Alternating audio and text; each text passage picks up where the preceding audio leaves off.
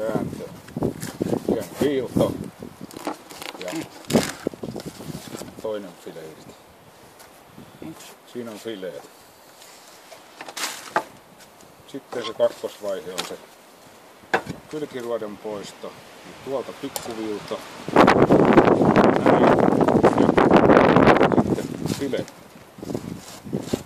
irti.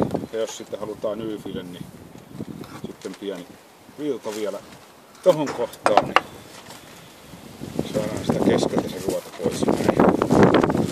Hommaan pihvi.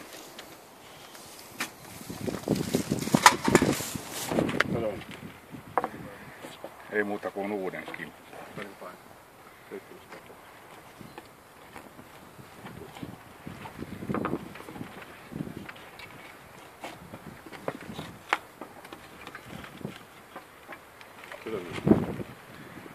Ja sitten tehdään siitä Y. Ihan Näin. Täysin ruodoton file.